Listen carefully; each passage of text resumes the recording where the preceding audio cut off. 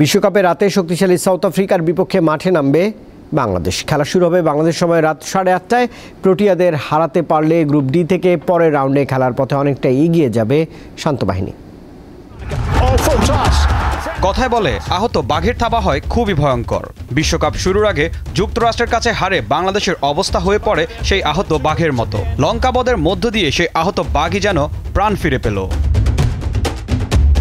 বিশ্বকাপে এবার বাঘের সামনে ডি গ্রুপের আরেক শক্তিশালী দল সাউথ আফ্রিকা। খেলা হবে নিউ ইয়র্কের নাসাউ স্টেডিয়ামে, যেখানে আবার প্রস্তুতি ম্যাচে ভারতের কাছে হেরেছে শান্ত বাহিনী।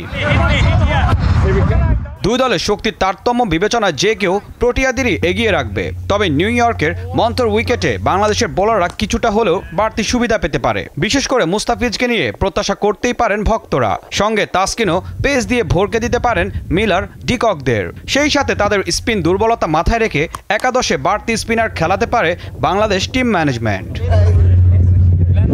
তবে ব্যাটিং নিয়ে দুশ্চিন্তা রয়ে গেছে বাংলাদেশের। অধিনায়ক শান্তসহ সাকিব কিংবা সৌম্য কেউই ফর্মে নেই। লিটন শ্রীলঙ্কার বিপক্ষে 36 রানের ইনিংস খেললেও বাকি ম্যাচগুলোয় কি করেন সেটাই এখন দেখার অপেক্ষা। ভরসার একমাত্র আশা হয়ে ব্যাটিং হাল ধরে আছেন মাহমুদুল্লাহ। বিপরীতে সাউথ আফ্রিকার ব্যাটিংও এখন তেমন আগ্রাসী ছাপ রাখতে পারেনি। ব্যাটিং দুর্দশায় শ্রীলঙ্কা ও নেদারল্যান্ডসের সঙ্গে জিততে হয়েছে বেশ কষ্ট করে। বোলাররাই ম্যাচ জয়ে বড় ভূমিকা রাখছেন।